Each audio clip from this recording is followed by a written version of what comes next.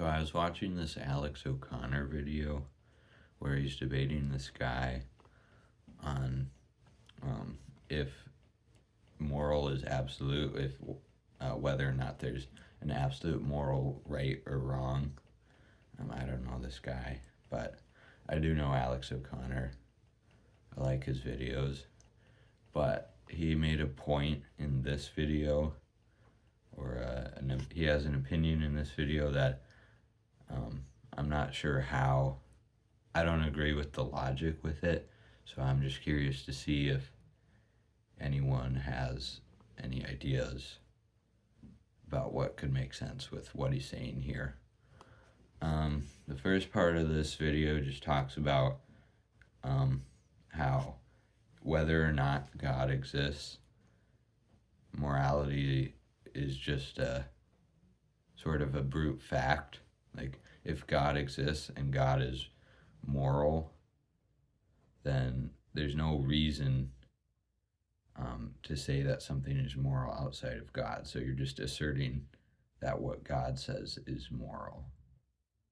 There's no other logical reasoning to get there, which I agree with. But then Alex starts talking about ethical emotivism, and that begins like pretty much right here.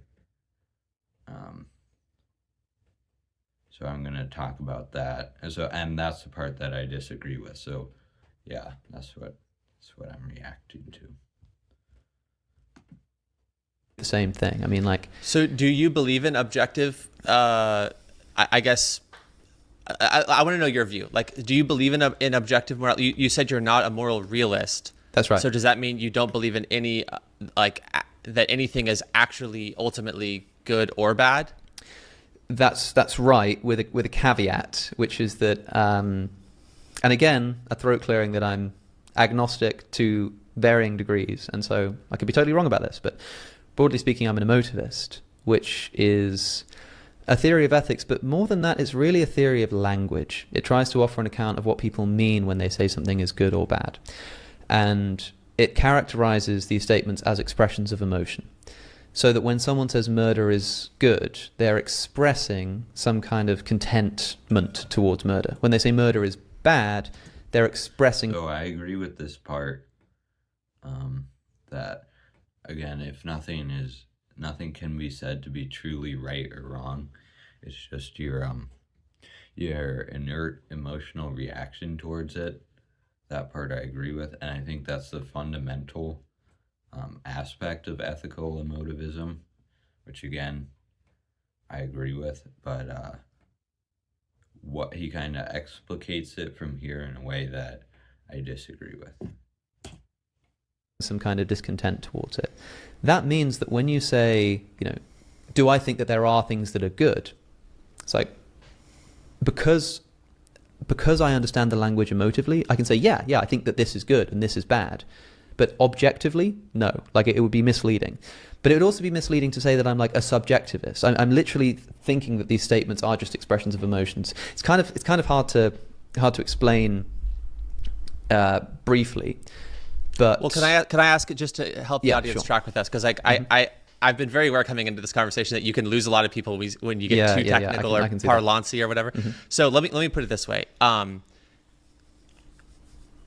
What's the difference between Jack the Ripper and a surgeon if there is no value, if it's just the objective fact of what took place? For the emotivist, it would be the emotional reaction that you have to either of them. And the you in that sentence is Alex O'Connor. Yes, although the emotivist kind of thinks that that's what everyone is doing, even if they don't. This is another point that I agree with. Like, when you think about like the definition of consciousness, there's like a lot of debates about what that means, but I think it can be summarized into like two main points. The first one is that you're aware of the some experiences that you're undertaking. So like, again, like that's kind of ego, but yeah. And then the second point is that you have a desire based off of those experiences. So no matter what philosophy that you have or what religion you are, you have these desires, right? All you're saying is that your philosophy is the best way to fulfill those desires. And that can be kind of self-defeating from a certain point of view. Like, if you think about like kamikaze airplanes during World War II, like clearly if you're thinking about it from a purely physical like experiences that the brain is going through, like clearly that is not the best. Like a kamikaze who is fully devout and believes that what they're doing is the best thing to do, like clearly from a purely physical standpoint, like they're not gonna have the most pleasure from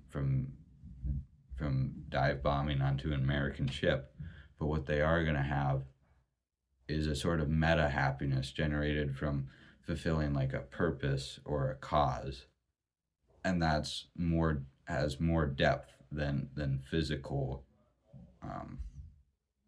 reactions to the environment. So that's just the thing that I think that's how I define consciousness. Realize it, but yes. So if I have a totally different emotional response to that, then for me, like let's say, for example, let's say that you emotionally believe that slavery is good. Mm-hmm. And now I'm trying to convince you otherwise and say, Alex, no, come off the cliff, steer clear. Yep. Now, what resources do I have to help you not do this thing and See, join the this is KKK? where I start to disagree. Or whatever the case might be.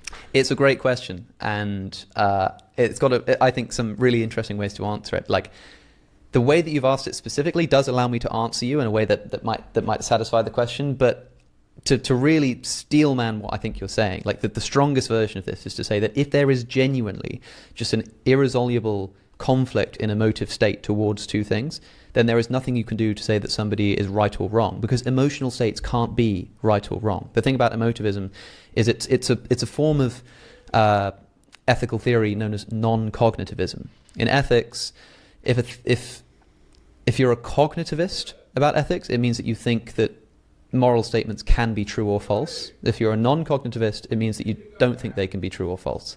Not subjectively, not objectively, they just can't be true or false.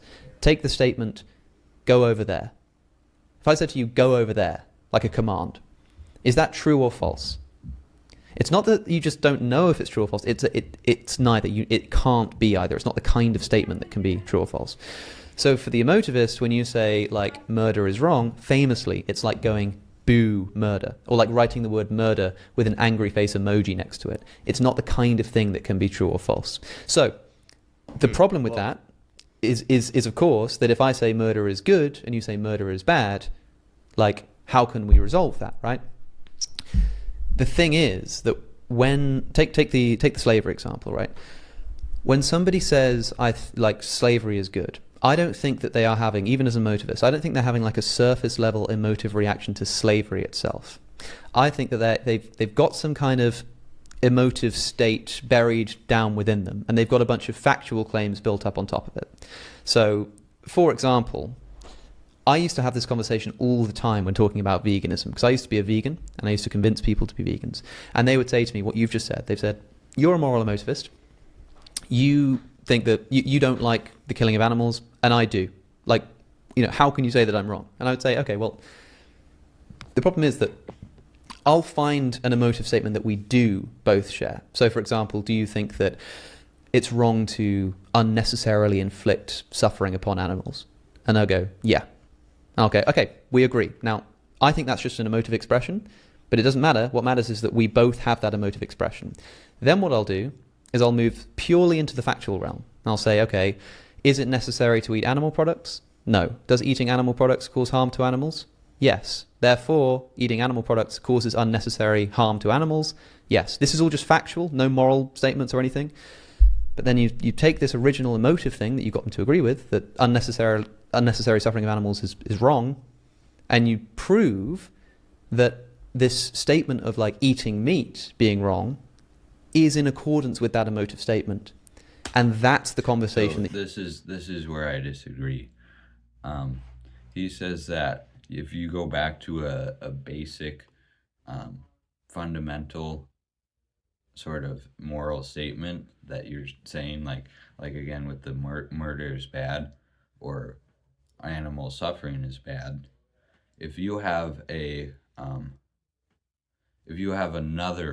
emotive reaction to something that may conflict with the first one, but you do not believe, you do not have that emotional reaction to a certain circumstance, even if you have a broader emotive reaction to like animal cruelty as a whole. So like with the vegan thing, if you believe that animal suffering is wrong and unnecessary animal suffering is wrong, but you believe that factory farming is fine,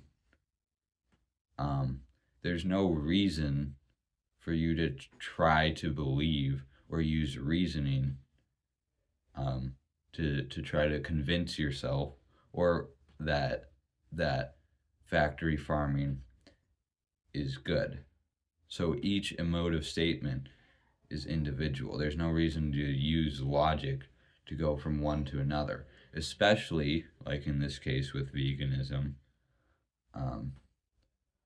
If it will cause less positive emotions for you to experience. And this is a video that he did with Sam Harris, where it's like, do you believe like, is just experiencing the most positive emotions that you can the best thing to do? So like he says, like, the analogy they use in that video is like, say you have a distaste towards music, and then there's a pill that you can take, and if you take that pill, then you will be able to enjoy music. Alex O'Connor in that video, and I don't know if his views have changed or what the case is there, but he states that he believes that it would be better to take that pill because it will allow for him to have more positive emotions. So that's saying that you should try to have whatever emotive statements allow for the most positive emotions. So trying to use logic to go from one emotive statement from another, I think is circular because again, they're emotive statements. They're not objectively true or false. So yeah, that's the main point. That's what I'm confused about. Like, yeah, especially with the veganism point. Like, he believes that his ultimate goal in life is to experience the most positive emotions that he can. So if you fundamentally have two emotive statements that contradict each other, but they contradict each other in a way that allows you to lead a more happy and quote unquote good life,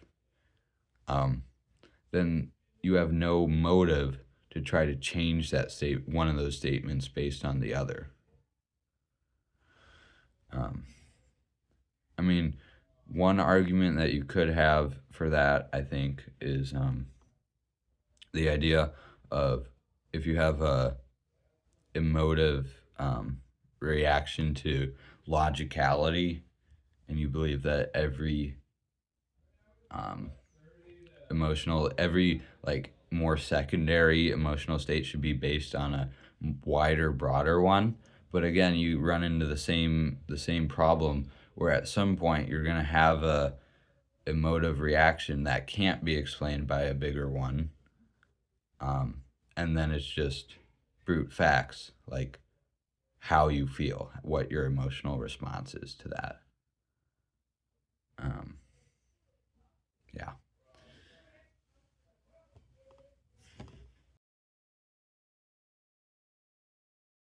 Does this mean that Christian debaters are correct in saying that in order for society to function, there needs to be a morality based off of an all good, all loving God?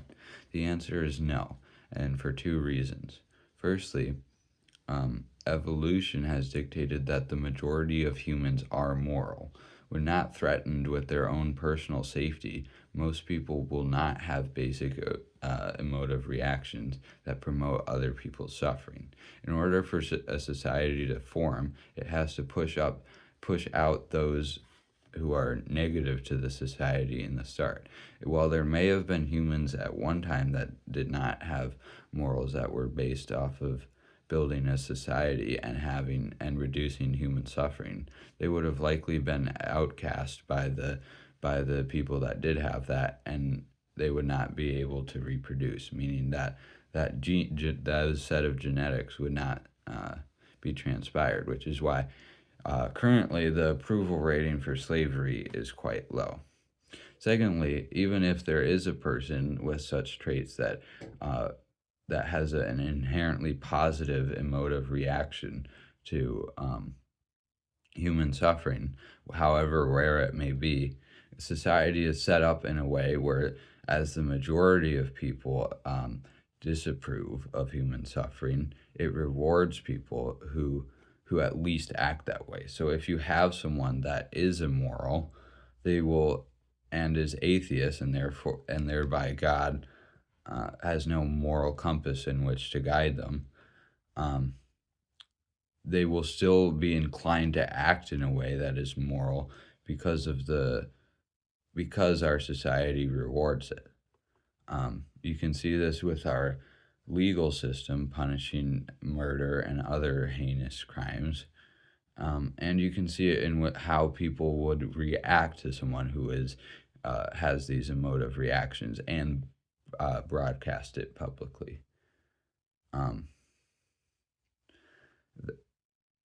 And if society were to reach a point in which people inherently have positive emotions towards human suffering, then society would no longer make sense.